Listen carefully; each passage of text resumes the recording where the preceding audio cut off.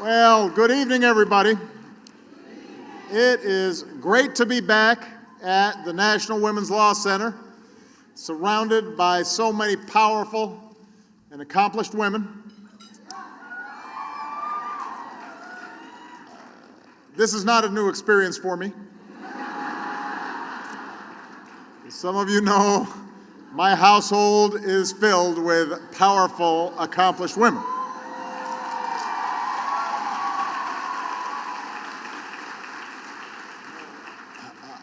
I want to thank Marcia and Duffy for that wonderful, heartfelt introduction and for their extraordinary leadership. Most of all, I want to recognize tonight's honorees.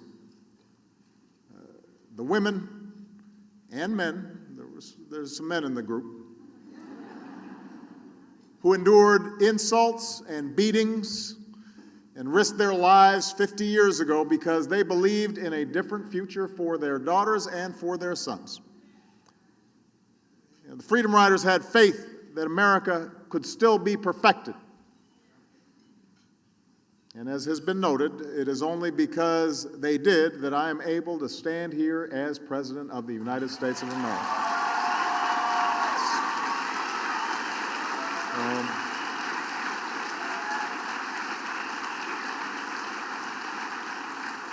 Which is why when I had a chance to see him backstage, I gave them all a kiss and a hug.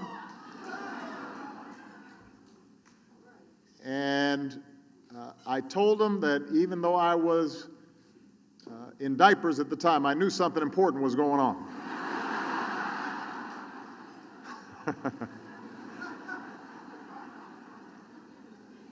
What a remarkable group of people, and how blessed we are to have them here sharing their stories and continuing to inspire us in so many ways. We are truly grateful to you. Being here tonight reminds us that history is not always made, in fact, often is not made by generals or presidents or politicians. Change doesn't always happen quickly or easily.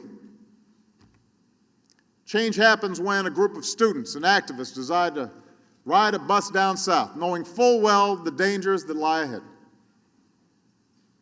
Change happens when a group of legal secretaries decides that the world needs more women attorneys, and they start an organization to fight for people like them.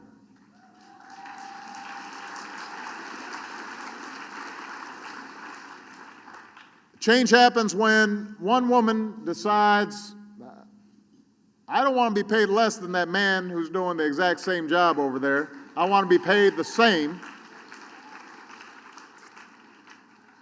Change depends on persistence, and change depends on determination. That's how change happens. That's how change happened on August 4th, 1961.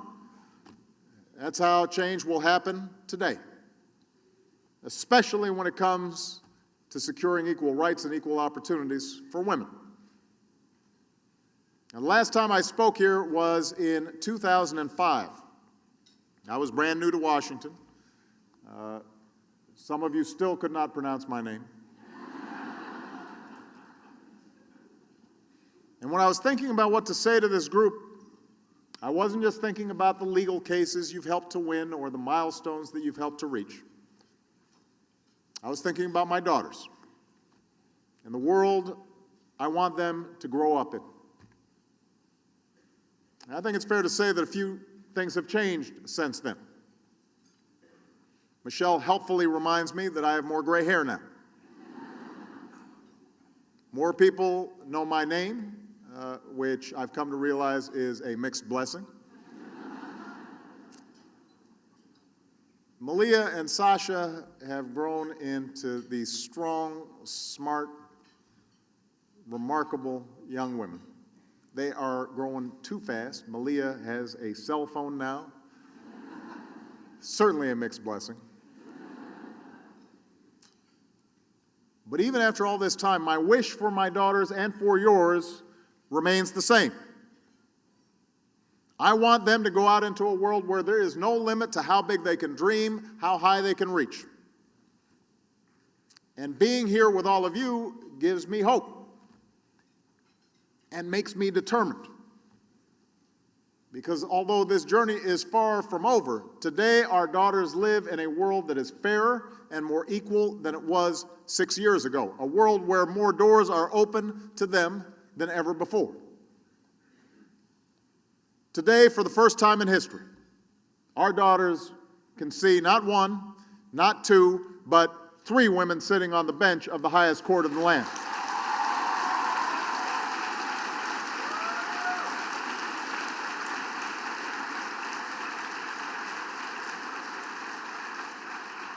They can come to the White House and see that the top 4 lawyers on my staff, some of the sharpest legal minds I've ever come across, are women.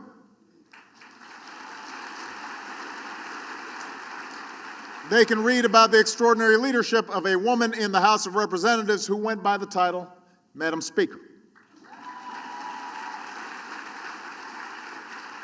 They can turn on the news and see that one of the most formidable presidential candidates we've ever seen has become one of the best secretaries of state that this country has ever known.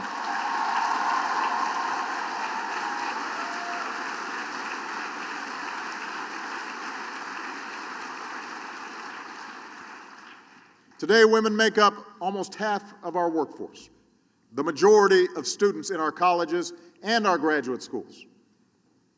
Women are breaking barriers in every field, from science to business to sports to the armed forces.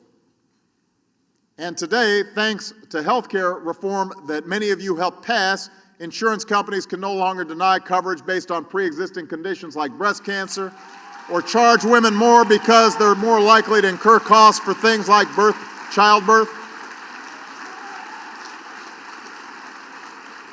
Those same companies must cover the cost of preventive services like mammograms, domestic violence counseling, contraception.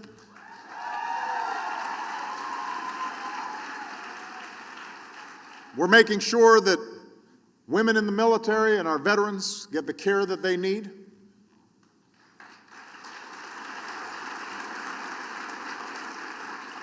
Today, thanks to the tireless efforts of people like Lilly Ledbetter, one of my favorite people, love that woman.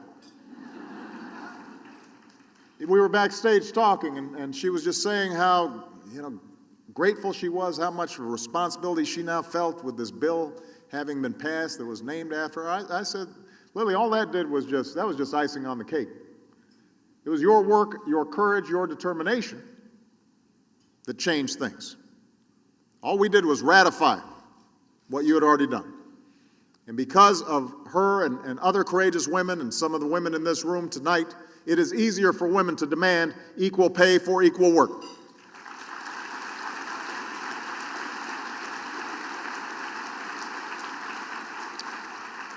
We passed tax credits that are keeping more women out of poverty and helping them reach the middle class.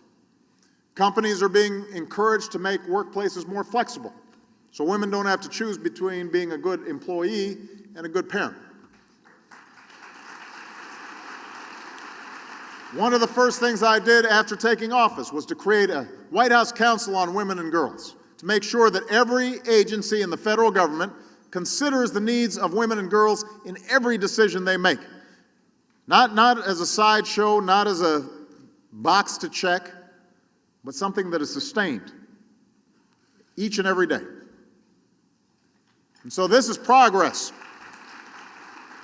This is progress. This is change. It's laborious. Sometimes it's frustrating, but it's real. Of course, one thing we've learned from the women's movement, from the civil rights movement, from the workers' movement, from every step that we've made to make this country more equal and more just, is that there is always more work to do. There are always more challenges to meet. And that's especially true today, with so many Americans struggling to recover from the worst economic crisis since the Great Depression. In the early days of this crisis, women weren't hit quite as hard as men. Many of the jobs that we've lost over the last decade have been in construction and manufacturing, industries that traditionally had been dominated by men. And of the 15 job categories projected to grow the most in this country over the next decade, all but 2 are occupied primarily by women. But over the last couple of years, women have continued to lose jobs, especially in the public sector. It doesn't help that mothers are the primary or co-breadwinners in 63% of households, even as women still earn just 77 cents for every dollar a man does. Some of these women are single moms, like my mother was, struggling just to keep up with the bills or pay a mortgage they can't afford. Now, I still remember my mother waking me up. She worked, was going to school, and still took the time to wake me up before she went to work to go over my lessons before she left. And I would complain and grumble, and she would say, "Well, this is no picnic for me either, Buster."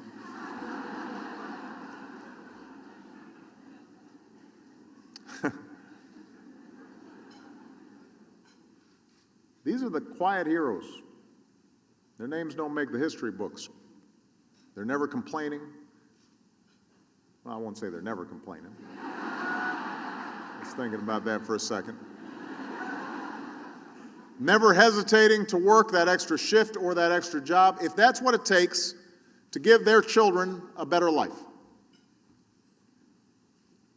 And in many ways, that's why we're all here tonight, because we know that it's up to us to keep fighting for them. All those women out there, making sure that they are treated fairly and equally, as hard as they're working, as much as they're sacrificing, as many responsibilities that they shoulder each and every day. We've got to make sure that they are getting the opportunities that they deserve, that somebody is standing up for them, somebody is fighting for them, somebody's looking out for them, somebody's rooting for them.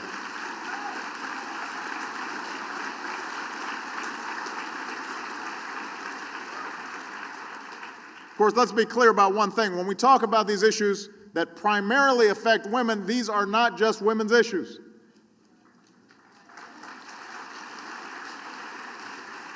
When women make less than men for the same work, that hurts the entire family who has to get by with less. It hurts businesses who have fewer customers with money to spend. When a health care plan denies women coverage because of a pre-existing condition, that puts a strain on emergency rooms, drives up health care costs for everybody. When any of our citizens can't fulfill their potential because of factors that have nothing to do with their talent or their character or their work ethic, that diminishes us. It says something about who we are. Here's a fact.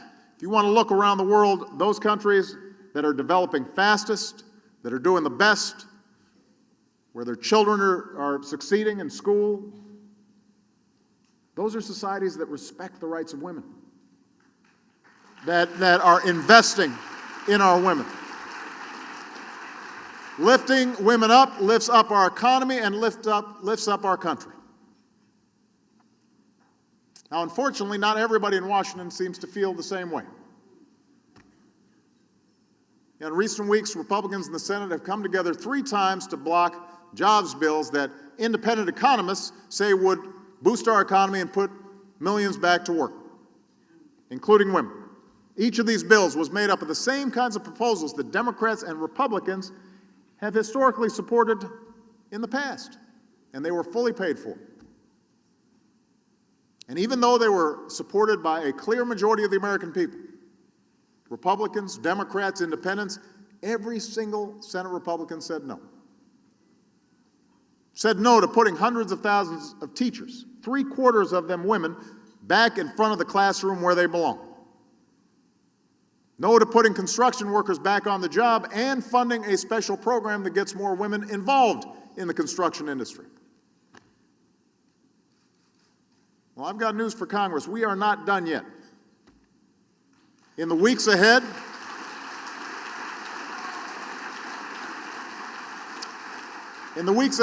they're going to get a chance to vote on whether we give a tax cut to virtually every small business owner in America, including 900,000 women.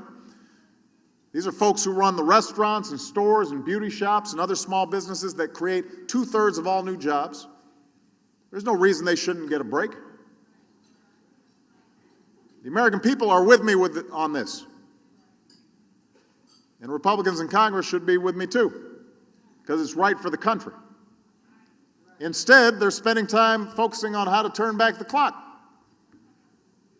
Instead of figuring out how to put more Americans back to work, they've been trying to figure out how to take away preventive care that is covered under the Affordable Care Act. Instead of making life easier for women in this country, they want to let insurance companies go back to charging higher prices just because you're a woman.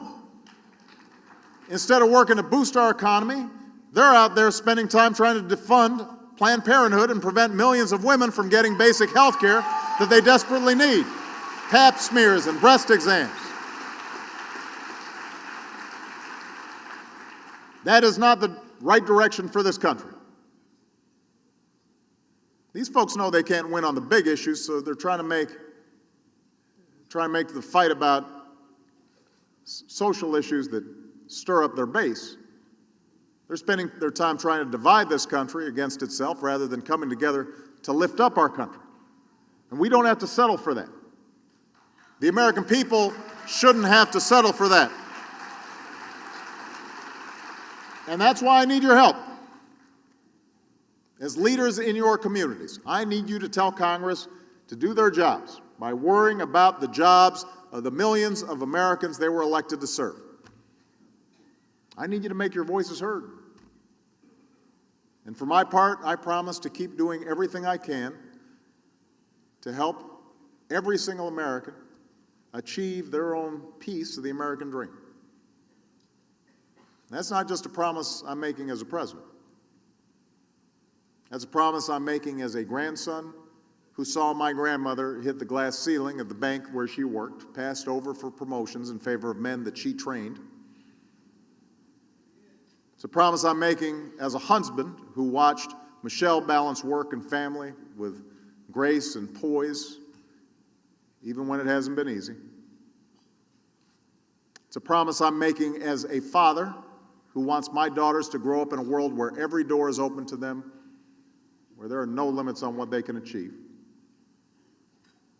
It's a promise I'm making as the inheritor of the extraordinary sacrifices that were made by these freedom riders,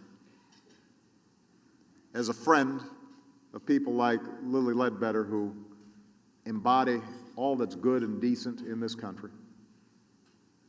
It's a promise I'm making as an American who believes that the future of our country depends on expanding the circle of opportunity for everybody.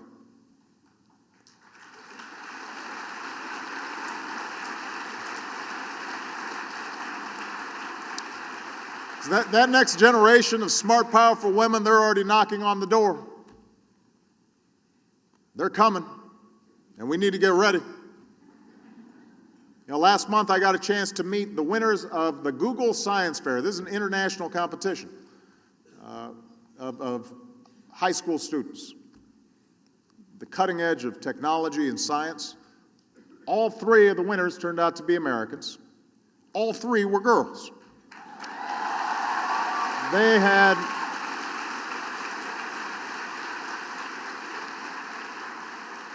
beat out 10,000 other applicants from more than 90 countries. So I had them in the Oval Office. And they explained their projects to me. And I pretended that I understood what they were talking about. There's a picture of this conversation hanging up in the West Wing right now, and I've got a puzzled look on my face, and they're being very patient. So one of the winners, Shree Bose, discovered a promising new way to improve treatment for ovarian cancer at the age of 17. Then I asked another winner, Lauren Hodge, if she had skipped a grade in school. She was quite petite. And she informed me very politely that she had actually skipped 2.